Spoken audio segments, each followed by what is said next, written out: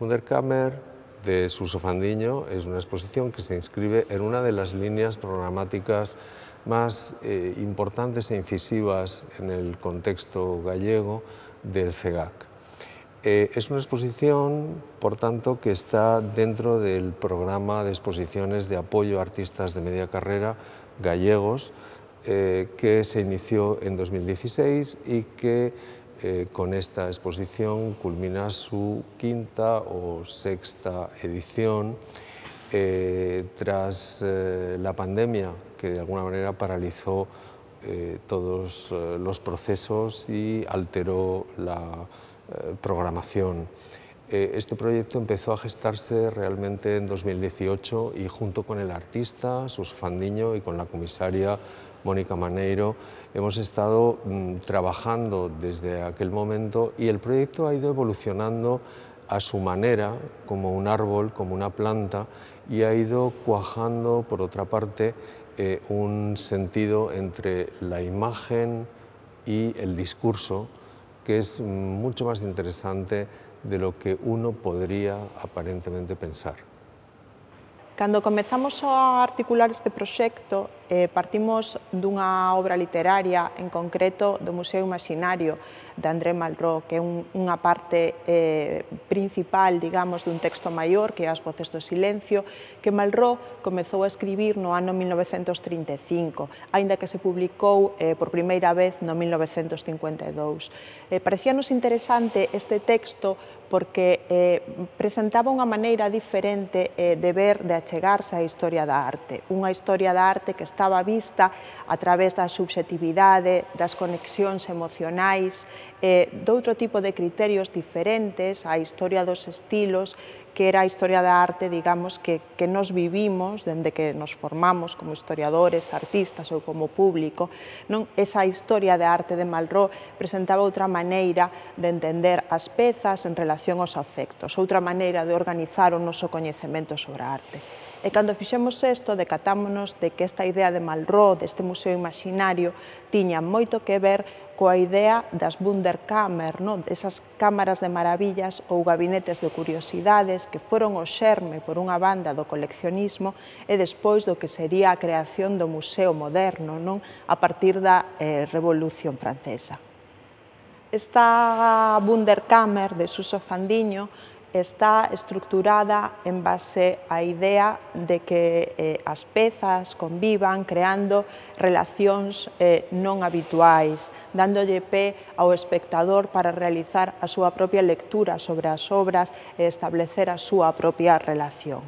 Non obstante, sí que é verdade que na exposición podemos atopar tres apartados medianamente claros ou tres apartados diferentes. Por unha banda están as tres grandes instalacións site-specific que foron pensadas na súa integridade para o espazo do CEGAC en convivencia coa arquitectura de Álvaro Sisa e, por outra parte, están as pezas que conviven nas salas. Algúnas das temáticas que se tratan nesta Wunderkammer de Suso Fandiño teñen que ver coa organización do sistema da arte, a arte como estructura, a arte como institución, esa eterna pregunta de que é a arte, quen define que é a arte. En este sentido, está moi latente a idea de Danton, cando citaba a Dickey, dicindo que a arte é aquilo que a institución arte acolle como arte. Isto podémolo ver en moitas das pezas que aparecen nesta Wunderkammer. Ademais desta visión sobre a que é a institución da arte, Suso Fandiño tamén presenta pezas que tratan cuestións como a patrimonialización da cultura. Eso vese tanto en pezas pequenas que podemos ver nas salas como en algunhas das instalacións específicas, como é o caso da instalación que fai referencia ao pabillón español da República, mostrado en París no ano 37, e que era ese grande espazo de acollida para o Guernica, ese espazo pensado polos arquitectos Serte La Casa que o Goberno da República presentou e para o cal encargou ese gran cadro que está tan presente nesta exposición de alguna maneira, non? Por todo, xa non todo por todo o que supuxo, non? Esa idea do exilio, non? Do grande artista, senón tamén polo que supuxo a súa traída a España no ano 81, non? Coa chegada da democracia. Ademais disto, hai outros temas que aparecen en repetidas ocasións que tratan sobre a futilidade do discurso hexemónico na arte, sobre a coautoría das pezas, porque para Fandiño as obras de arte están rematadas polo espectador sempre, non? Xa que oferece sempre moitas lecturas, a súa é unha visión da arte para que o espectador teña discursos abertos e poda facerse preguntas sobre o que está a ver. Por último, unha sala que está dedicada tamén a esta idea da fronteira, non? De como se sistematiza, de como se organiza a convivencia dentro dun espacio xeográfico e político, non? Partindo desa idea do Estado moderno, non? De adscribir a nacionalidade a un territorio que está pechado por fronteiras, non? En ese sentido, Suso Fandiño propón unha especie de xogo, non? A través de unha serie de pezas, de mapas, que confrontan o espectador sobre a necesidade de revisar esa idea de fronteira, a futilidade tamén ou a dificultade de preservar esa idea de nación con cousas tan recurrentes, non? Como que é a construción europea, non? Os límites de Europa e como estes límites van cambiando ao longo do tempo, non? E son susceptibles de transformarse continuamente. Wunderkammer é unha exposición complexa de presentar porque está formada a partir de moitos itinerarios diferentes e a partir de moitas pezas diferentes, da mesma maneira que funcionaban as Wunderkammer, non? Que eran recopilacións, supoño que isto xa estará explicado anteriormente, recopilacións de obxetos exóticos que procedían de calquera lugar do mundo. De alguma maneira, esa exposición ten esa virtud. E o que aquí se presenta ten corrido a sorte de ser o escrutinio do escrutinio. Eu son un compilador compulsivo de obxetos, sobre todo obxetos relacionados ca historia da arte. Parte do meu traballo, parte da investigación na propia historia da arte do século XX, na propia historia da arte española do século XX. Entón, aquí vamos a topar e vamos a encontrar moitos obxetos que estánnos a falar desa historia do século XX, non dun punto de vista de valor engadido historiográfico, máis ben eu centraríame no concepto de microhistoria, non? Das historias máis anónimas e dos documentos máis alexados do que é a fonte historiográfica pura dura. Por iso eu nunca considerarei este tipo de traballos dentro da investigación. Traspasan de alguma maneira unha certa fronteira que os convirte en obxetos que me permiten contar outras cousas. A linguaxe da arte permite que o que non pode ser dito, e o que non pode ser escrito, poda ser contado de alguma maneira. Estes obxetos están nese linde, nesa fronteira, onde deixan de ser documentos gráficos para convertirse en elementos propios para traballar ca arte. O meu material, por antonomasia, dende o principio, é a propia historia da arte. Calandré decía aquelo maravilloso de o mundo é o meu estudio. De alguma maneira, eu non faría tan grande ese estudio, pero sí, de alguna maneira, creo que o sistema propio da arte, eu empezo como artista fai 20 anos nunha liña moi citacionista, moi apropiacionista, e pasei co tempo de centrarme na cita a autores concretos, que ainda o sigo facendo, a directamente citar a todo ese sistema de cousas. Non creo que a arte poda propoñer respostas fáciles, pero sí podenos axudar de alguna maneira a ter diferentes puntos de vista. Creo que a exposición pretende de alguna maneira compendiar, facer unha escolla, unha chega de moitas das preguntas que eu teño sobre a propia arte e de moitos dos procesos que me teñen levado a chegar a determinadas conclusións ou a pensar de determinada maneira como artista, por unha banda, e como investigador por outra. Dentro dese percorrido difuso propio dunha persoa con déficit atencional, inserto nunha sociedade tamén con déficit atencional. A exposición empeza cunha serie de pezas, como índice xeral, que é unha peza que nos propón unha lectura da historia da arte. É unha lectura canónica da historia da arte, unha lectura de estilos, autores e de desenvolvemento lineal ao longo da historia e do tempo. Eu sempre estuve interesado máis nunha certa sorte de transversalidade en relación á historia da arte.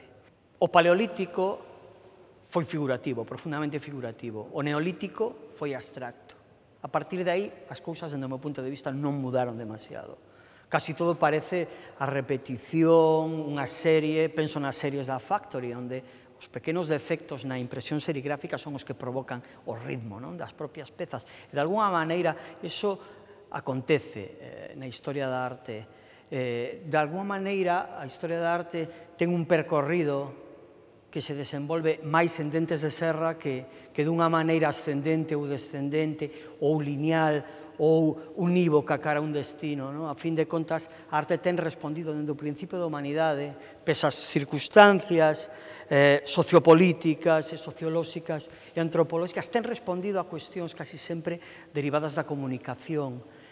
Eu plantexo unha lectura transversal, unha lectura que, a pesar de que podemos observar, a pesar desa linealidade dictada polo pragmatismo, no meu caso, está interesada nunha certa diversidade, nunha certa concomitancia. Por que non pensar en Warhol como un artista barroco ou pensar en Bernini como un artista pop, non? Establecer ese tipo de conexións que podemos establecer en outras obras, como estes de collage, onde eu, nunha obra de Salvat, 100 obras maestras da pintura, establezco uns rasgados, unhas roturas nas propias pezas que crean unha nova imaxe. Non recurro, como podería ser nunha técnica habitual, ao collage, onde é fácil compoñer unha imaxe. Simplemente rasgo o libro pola metade e busco unha nova imaxe, a partir sempre dunha imaxe de Rembrandt en relación con outras imaxes que poden darnos todo un nivel de connotacións. Estes rasgados, estas roturas, estes collages involuntarios, ás veces prodúcense de maneira natural, como en algúns dos casos desta vitrina, onde observamos esta Virxen da Leite pintada polo Greco que chega ao meu poder despois de comprarla por internet, chega ca sobrecuberta, ca camisa completamente rota, nunha imaxe moi significativa, ou as imaxes que temos ao lado, onde tamén eu, de alguna maneira, facendo combinacións, podo achegarme ao discurso de Rauschenberg, cando denega a abstracción do artista de Kooning na súa obra de Kooning borrado. Continuando un pouco por este camiñar pola exposición, gustaríame focalizar nesta última serie, nesta serie desta parte da sala, onde se combinan dunha maneira hábil diferentes postais, postais de museos, Museo do Prado, o Guggenheim Museo, e escenas típicas de lecer, de banalización, de turismo, establecendo unha certa alerta ao espectador cara á banalización da cultura, dos contidos culturais, é simplemente a banalización da sociedade en xeral, de alguna maneira nos últimos anos.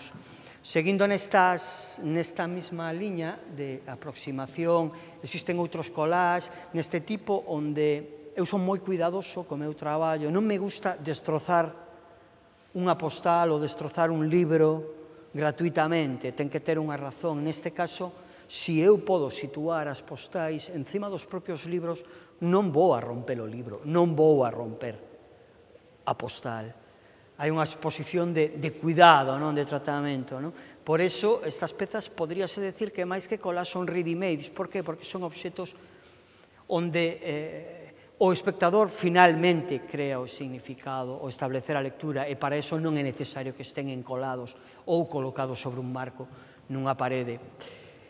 Anteriormente falábamos de moitas imaxes onde o fenómeno do cultural tense banalizado, o fenómeno do artístico tense banalizado nas sociedades contemporáneas, esta visión dende que no ano 96, se non me engano, se abre o Museo Guggenheim, onde os museos convírtense en absolutos espacios de referencia urbanos que son capaces de renovar unha cidade. Isto que ten un efecto positivo tamén ten a súa cara negativa, onde o meu punto de vista, que é esta competición que se establece a finais dos anos 90 e xa tamén entrada ao século XXI, por ter o mellor centro de arte contemporáneo, por ter as mellores instalacións de arte contemporáneo, e se pode ser asinadas polo arquitecto de moda.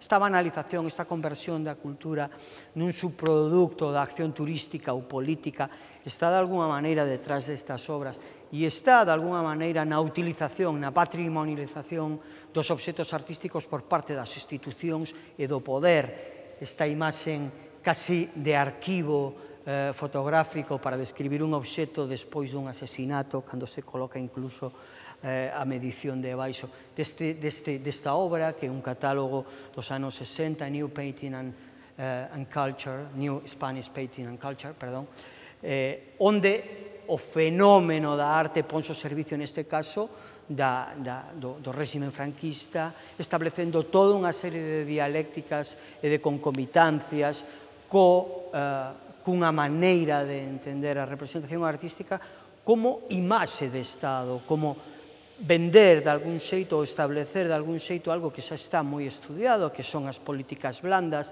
as políticas diplomáticas a través da cultura, onde a cultura acabase por converter nunha especie de fotocol onde aparecer modernos. Outras das obras presentes teñen que ver, de algún xeito, ca idea de achádego, ca idea da achega. Eu, como coleccionista compulsivo de obxectos e especializado de algún xeito en obxectos que proveñen do mundo artístico, me interesan moitísimo as postais e os seios, porque as postais teñen esta capacidade de facer unha imaxe en viaxar, igual que podemos ver noutras obras fotográficas, onde podemos ver como as obras fora do seu espacio autóctono, que é o museo, funcionan na rúa, como na serie de Dialogues and Conversations. Nesta serie estámonos a centrar nos sellos e na capacidade que estes teñen tamén de formar parte dese proceso de patrimonialización onde o Estado apropiase dun elemento propio da cultura, do mundo da arte, e o pon ao servizo dunha certa divulgación, neste caso inocua, noutros casos cunhas claras pretensións dentro da política blanda de comunicación, da política da imaxe e da política da diplomacia, como sucede durante toda a Guerra Fría. Nestas imaxes, son unhas imaxes máis que buscadas, máis que encontradas, querría decir, atopadas, son imaxes pesquisadas prácticamente. É moi difícil encontrar algunhas destas imaxes onde se produzcan casualidades como que nunha postal das meninas dos anos 30, maravillosa, xa en color por a súa época, o seu sello tamén sexan as propias meninas, sexa unha carta de curso legal que ten funcionado baixo o auspicio da República Española. Este tipo de serendipias, que como se chama a serie completa, pareceme moi ilustrativa, así que teñen unha capacidade connotativa e denotativa amplísima para o espectador, para establecer relacións, establecer composicións.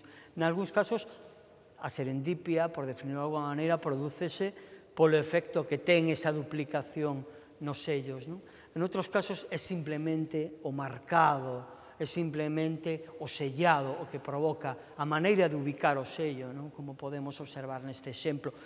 Son elementos que están xogando unha sorte de azar involuntario completamente maravilloso, capaz de releer dende a espontaneidade da propia sociedade o transcurrir da vida, releer obxectos artísticos aos que estamos acostumbrados.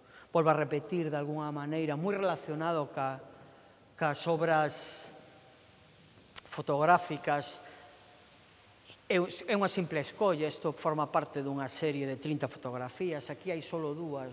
Esta situación da obra de arte deixada na rúa, neste caso nunha estación de metro parisina por unha banda e nunha rúa de Londres a principios da segunda década do presente século. Estas imaxes que é imposible fotografar con limpeza. Eu, ao principio da serie, pretendía obter as imaxes completamente illadas da vida que as rodea. Dime conta co tempo que o realmente maravilloso era ver como a vida transcurría diante delas. Iso era unha visión alternativa dos museos que me interesaba. Como visións alternativas plantexan os libros que con ilustracións, como as que tiñan as grandes enciclopedias da arte, antiguamente, estas son enciclopedias Esquira, tiñan as láminas que podíalas extraer para ti podelas ter enmarcadas na casa, cuestión que me parecía fantástica. Isto fala moito da reproductividade da obra artística que falaba Benjamin. Neste caso, estes 3 Pollocks editados en diferentes idiomas, pero dentro do mesmo tomo da enciclopedia Esquira de pintura, la pintura americana, onde o Pollock ten sido plegado en sí mesmo, desaparecendo, reflexionando de alguna maneira sobre a falta de significación directa da propia pintura abstracta. Postos a situarnos en ese punto, este plegado propónnos de novo de alguna maneira ese cadrado blanco sobre cadrado blanco de novo. Abandonando esta sala, seguimos hacia outro dos sites específicos que fixen na exposición, xunto co da entrada e xunto co da final da exposición. Os 3 están situados en espacios casi simétricos, de alguna maneira como un espacio ao mesmo tempo específico, un espacio de parada e de maior observación por parte do espectador. Neste caso, esta obra ten que ver moito, ou parte inicialmente dunha famosa obra moi coñecida de Joseph Koshut, 5 words on orange neon, que 5 palabras en neón laranxa. Neste caso é o mero inicio, dado que sobre a obra de Joseph Koshut ten pasado algo tan elefantiásico como foi a posmodernidade. Hoxe en día esas certezas, ese emborcar de Joseph Koshut directamente cunha certeza que o que vemos nunha parede é 5 palabras escritas con neón laranxa, queda abatido polo chan, porque, no meu punto de vista, este mundo de certezas, de meter relatos, diríamos, en términos de posmodernidade, é un mundo que se tambalea. Evidentemente, a partir, e ademais, desa linguaxe dentro da propia arte, a obra en sí mesmo ten unha clara lectura que poderíamos entender dentro político, dentro da esquerda, dentro da dereita, desde a esquerda. Produces unha certa incapacidade de observación e unha confrontación directa entre o que vemos e o que leemos. Non sei se son textos para ser vistos ou imaxes para ser leídas, ou quizá o interesante sexan eses 2 conceptos que están navegando aí, que están, de alguna maneira, falando ao espectador do actual estado de relativización do feito político, do actual estado de banalización, de espectacularización da política ca que convivimos diariamente, que nos conduce, ao menos no meu caso, cara a un certo escepticismo, cara a un certo relativismo. Nesta última sala existe a capacidade de integrar parte do espacio doble que está nun lado e esta sala tamén de site specific. En todo momento tuvemos en conta que a exposición pudese ser recorrida visualmente casi cunha única mirada. Falábamos ao principio de que é unha Wunderkammer e que é unha Wunderkammer dispersa, onde os obxetos ás veces teñen unha relación moi directa, pero a veces se entrelazan sin ter demasiada aparente relación, ainda que o que subyace de fondo, no meu caso, casi sempre o mismo. Esta sala, de alguma maneira, ten un peso maior específico cara ao plantexamento sobre o territorio, o plantexamento sobre a representación do territorio, a representación do territorio nos mapas, nas bandeiras, nos elementos de diferenciación nacional.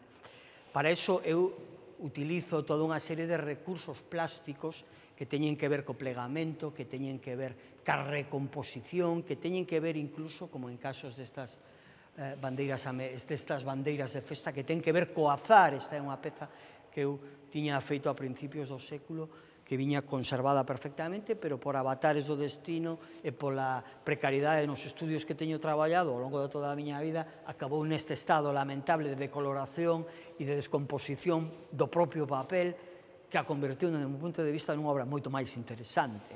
Quizás aí a miña función non foi a de operar sobre o material, sino que o tempo mismo e as circunstancias fan ese traballo de operación que a veces é maravilloso, porque a todas as persoas que nos gusta o bello, que nos gusta as antigüidades, que nos gusta o que ahora se chama vintage, gustanos moito ese papel de escultor que ten o tempo, esa capacidade dos obxetos de ser esculpidos lentamente polo uso que facemos deles, ou polo mal uso, neste caso, que facemos deles.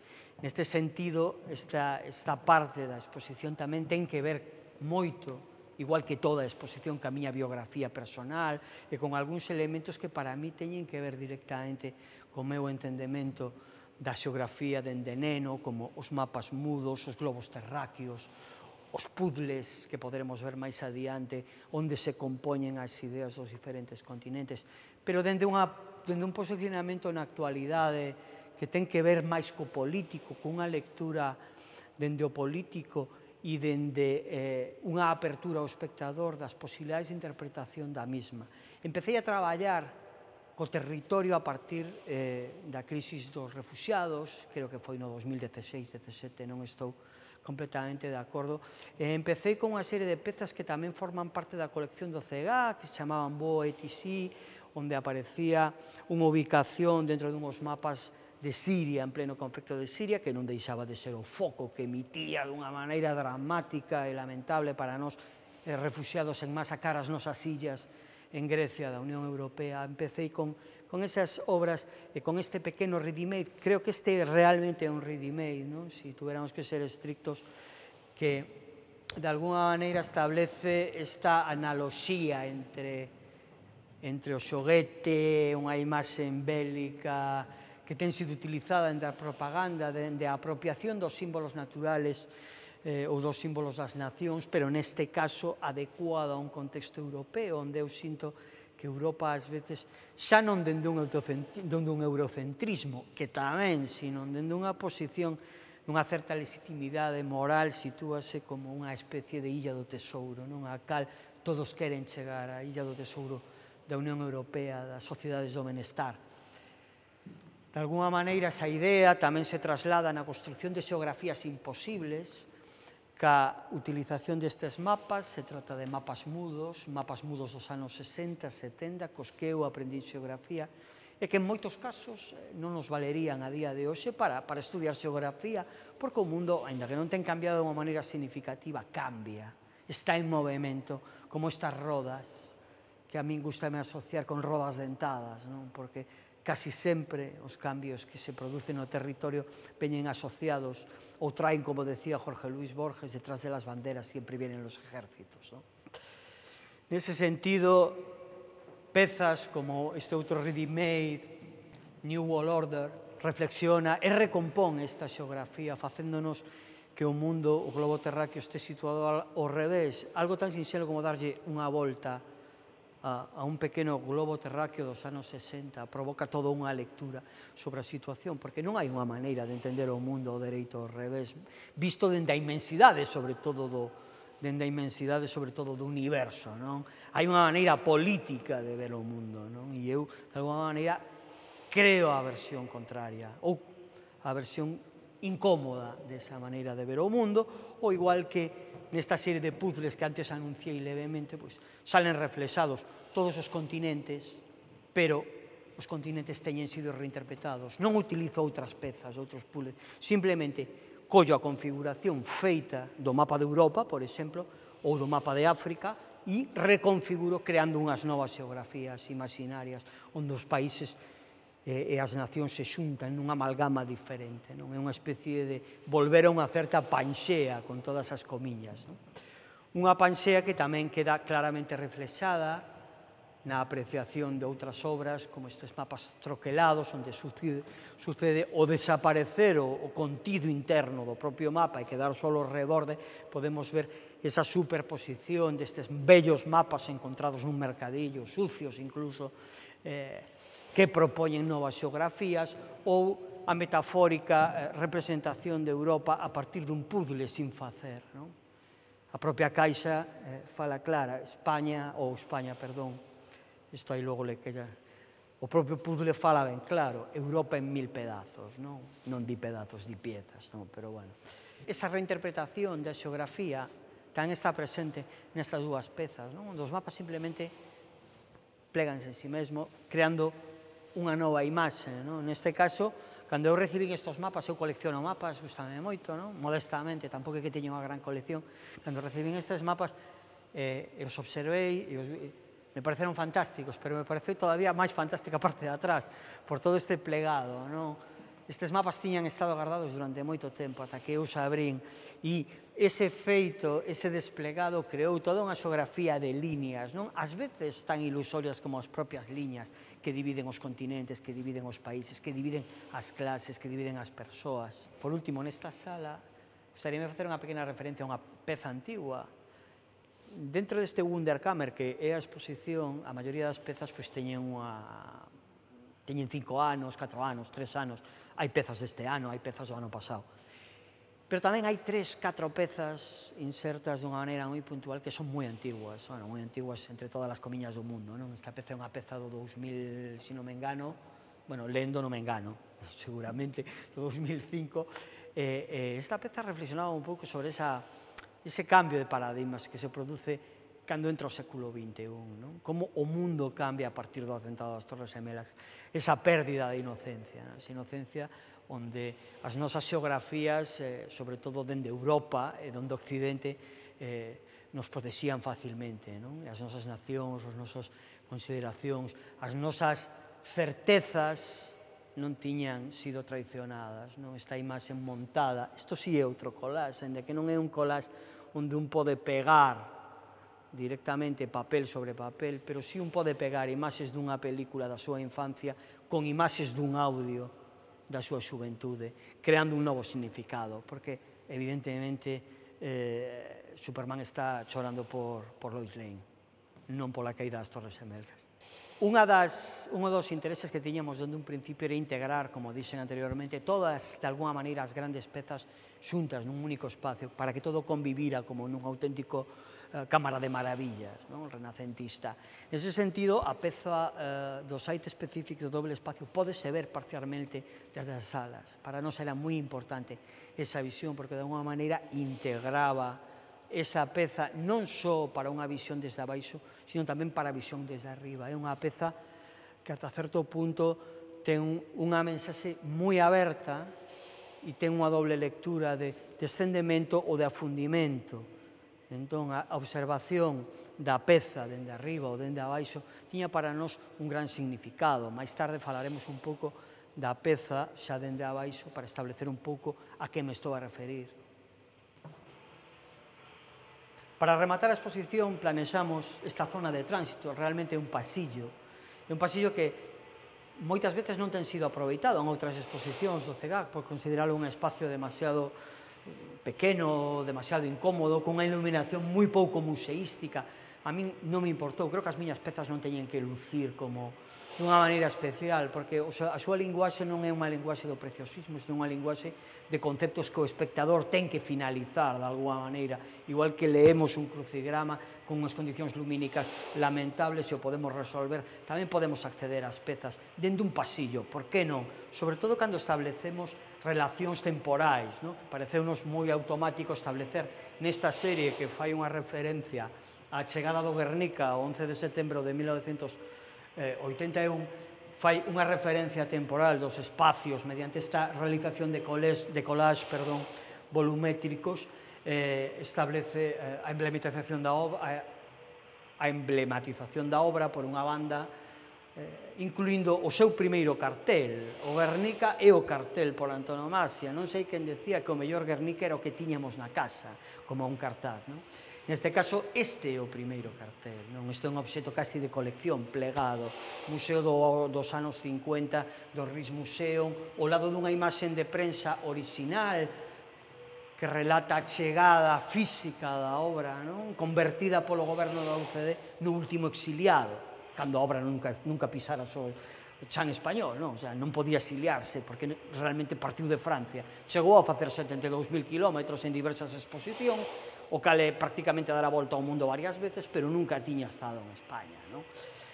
Como anécdota curiosa, isto forma parte da miña investigación dentro da miña tese doutoral, cando a obra entra en dous elementos. Entra por unha banda o bastidor cadrado da obra, que se decidiu que entrase entreiro, e a propia obra nun gran rolo metido nunha caixa. a xente cando entrou, evidentemente, aplaudeu o bastidor, porque era o que tiña forma de cadro. De alguma maneira, este aspecto casi berlanguiano, non? Da traída do Guernica me interesa moito, non? Porque, como nos vos guións de Rafael Azcona, España é un pouco así, non? Eu aprecio que as cousas en España teñen acontecido no sistema español de alguna maneira así. Finalmente, a entrada da obra no Casón del Buen Retiro, en Madrid, con Javier Tusell e outras autoridades, con esta imaxe casi barroca dun descendemento, non? Isto remíteme outra vez o doble espacio, non? Pareceme fantástico esta colección, este conxunto de operarios rodeados por garda civiles e público, non? Levando a obra como quen leva a un ilustre exiliado. De alguna maneira, a transición para un CD comenzaba ca chegada do Guernica, e o Guernica tiña a capacidade de convertirse nun profundo fotocol, nun intenso fotocol no que poderse fotografiar nunha idea de legitimidade democrática. A transición comeza porque regresa o último dos seus exiliados, e o último dos seus exiliados é o Guernica.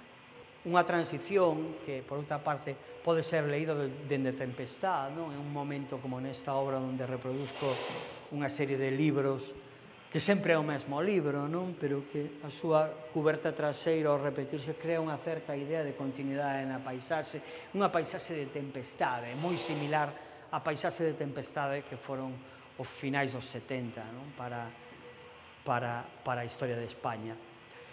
Finalizamos este pasillo con unha peza que ten a pretensión de ser escoitada polo espectador cando súa as escaleiras. Tamén é unha peza antigua que fala sobre o expresionismo e a capacidade do expresionismo de parecer, do expresionismo abstracto, de parecer nos anos 50 moderno, pero non deixar de ser casi, como dirían os portugueses, casi unha brincadeira do que é realmente, porque o que está facendo, producindo unha imaxe de modernidade sobre un réximen que non o era en términos culturales, un réximen que no oficial utilizaba a Zuloaga, pero que para fora e para as bienais e para os grandes eventos internacionais utilizaba a Saura ou a Tapies.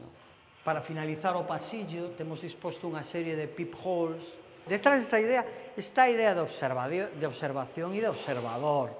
Isto é algo que non é novedoso. O propio Marcel Duchamp, en Letándone, fala desa observación. É normal, porque eles observaban as imaxes nos panoramios, que eran a finais do século XIX. Estos son nenos da Belle Époque, e as súas primeiras imaxes, de aí que moitos dos panoramios se parezcan ás imaxes de Quirico, de outros artistas, non? Porque observaba esa paisaxe, non? A través dun furadiño. Na porta de Letándone de Duchamp, que é unha porta catalana que sale de Cataluña en dirección aos Estados Unidos de América, tamén ofrece outra realidade. E a min, neste afán de coleccionar obxetos, pero por outra banda, non destruílos, non rompelos, non fraccionalos, sino enxogar cas propias posibilidades e ao mesmo tempo cas propias limitacións, decidín realizar esta serie de composicións a partir da extracción da funda do propio vinilo e a colocación do vinilo. Isto produce unha imaxe enmarcada, unha imaxe xa da arte, que non ten que ver ca portada. E decidín tamén traballar con ideas de contrarios. Falábamos de territorio, falábamos de que a mostra mezcla diferentes elementos. Neste caso, volvemos ao territorio.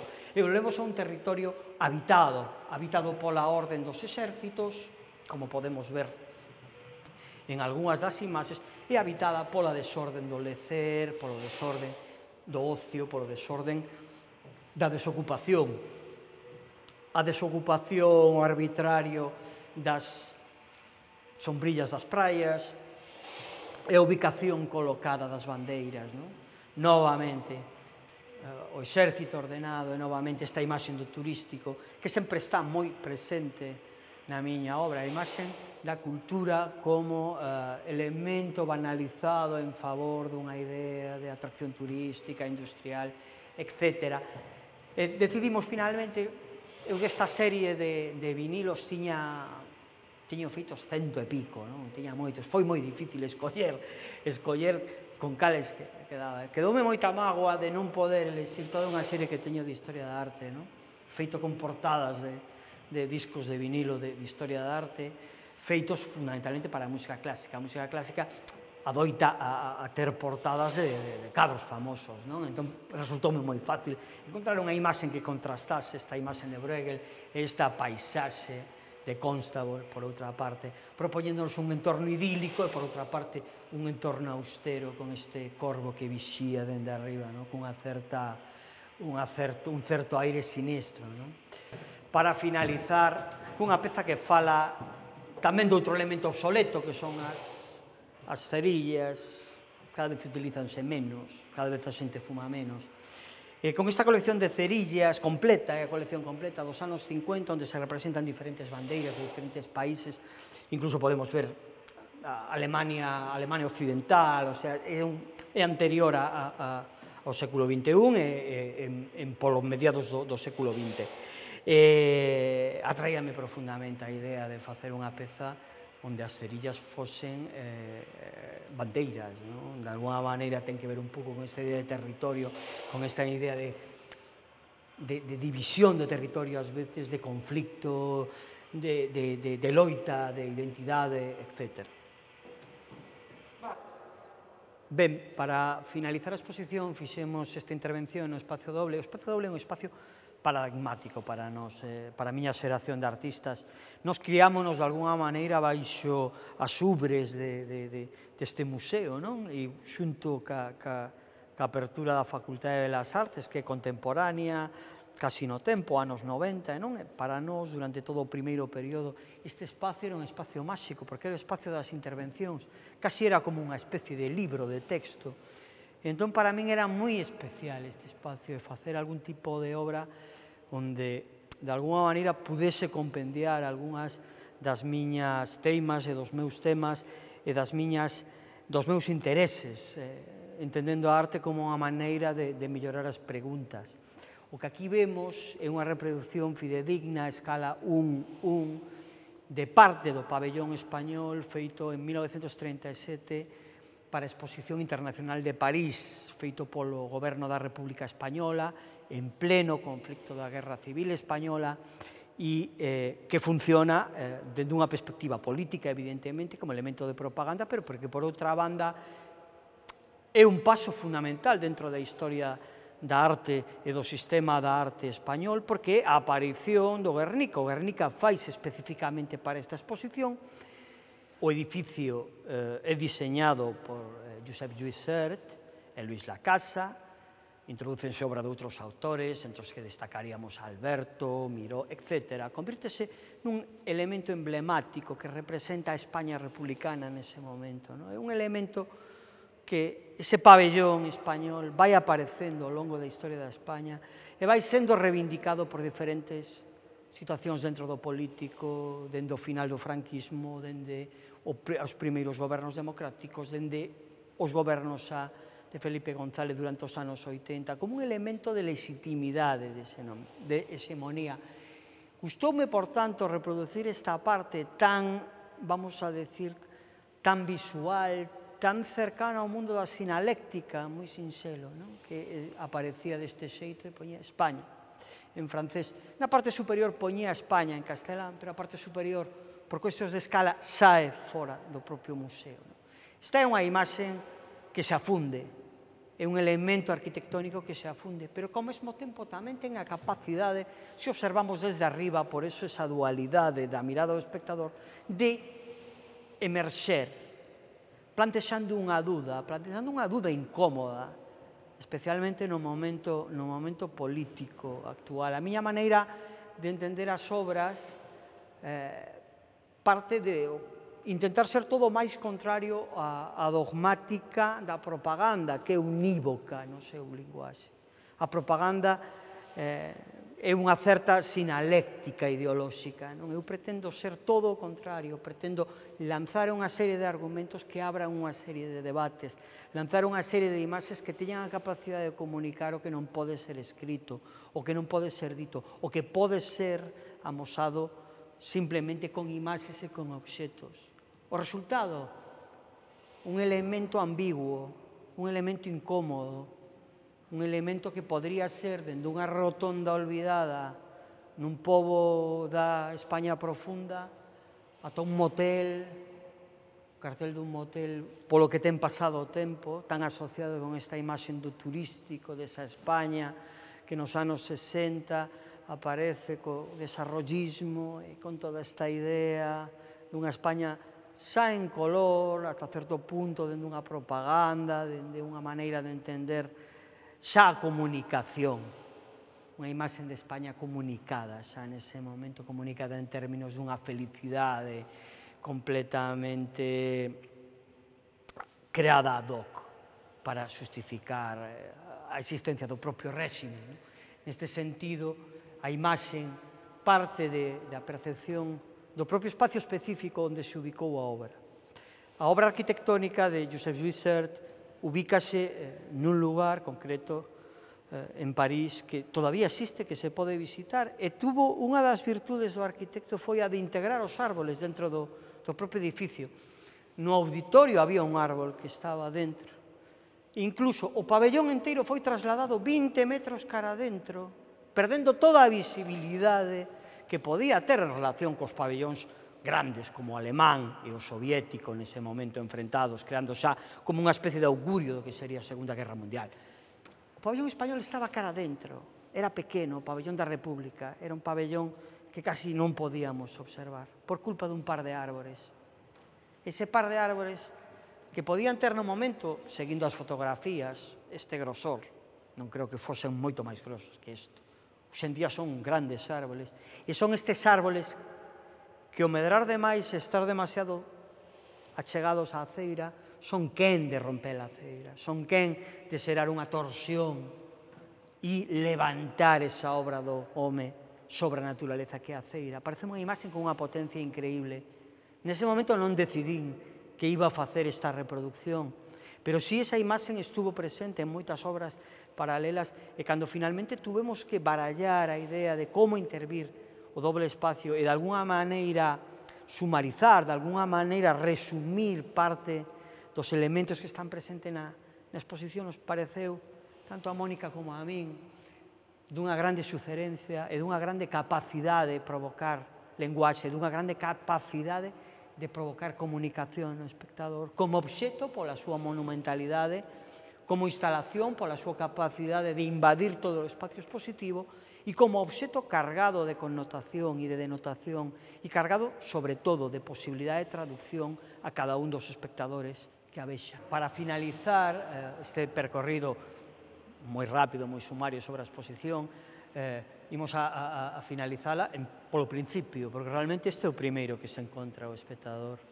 Pero, bueno, neste caso, facer un percorrido dende arriba, interesábame facer esa lectura. Esta obra, igual que outros espacios específicos, tamén está concebida para ser apreciada desde diferentes puntos de vista.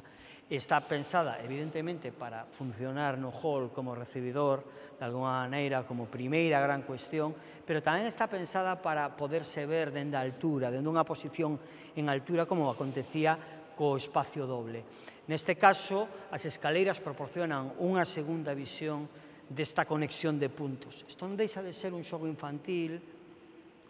Eu adoraba este tipo de pasatempos, eran os meus favoritos cando eu era neno.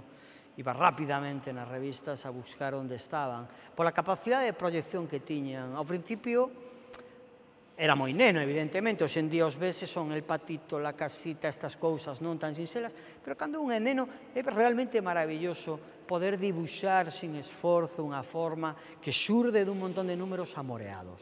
Neste senso, o tempo foi pasando e a miña afición foi cada vez facéndose maior, ata chegar a facelos de maneira desordeada. Por qué? Porque tiña unha ansiedade brutal por ver o resultado final.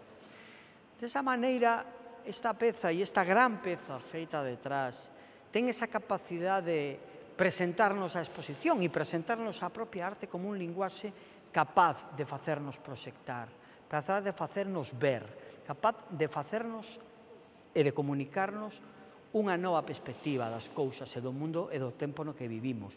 Neste sentido, a conexión de puntos ten a capacidade metafórica de establecer como a linguaxe de arte é capaz de proxectar. Cando se fala sobre que é o primeiro feito artístico dun ser humano, sempre se di que posiblemente algún home no neolítico ou incluso antes, co seu dedo, garabatería algo no chan, faría algún tipo de garabancho no chan. Non. Eu sempre pensei que o primeiro dibuixo, a primeira obra artística que fixe un ser humano non foi feita co dedo, foi feita ca vista, e nin sequera ca vista. Capacidade que ten o cerebro para proxectar nunha nube, para proxectar nunha mancha nunha parede, algo que aí non está. Esa capacidade de proxección, esa capacidade de comunicación da arte se reivindica dende o principio da exposición, se pon en valor dende o primeiro momento, cando observamos unha imaxe creada con números, unha imaxe arquetípica, revisando libros antigos xa fai moito tempo, porque esta imaxe está conmigo dende o ano 1998. Observei que esta imaxe simplemente aparecía nun libro de francés, onde aparecían descritos diferentes obxetos, a mazá, a casa, a nai, e unha delas era a arte. E a arte era representada por unha imaxe completamente arquetípica, como é a imaxe dun pequeno cadriño co seu arbolito e ca súa paisaxe. Si esa capacidade de consenso sobre que era arte representada nese obxeto funcionaba e era funcional, me interesou a idea de proxectar, a idea de tamaño, de formación, de formato, cara esa dirección, cara ese entendimento da arte como un sistema de proxección de conocemento, de proxección de sentimento, de proxección de placer, por que non decilo?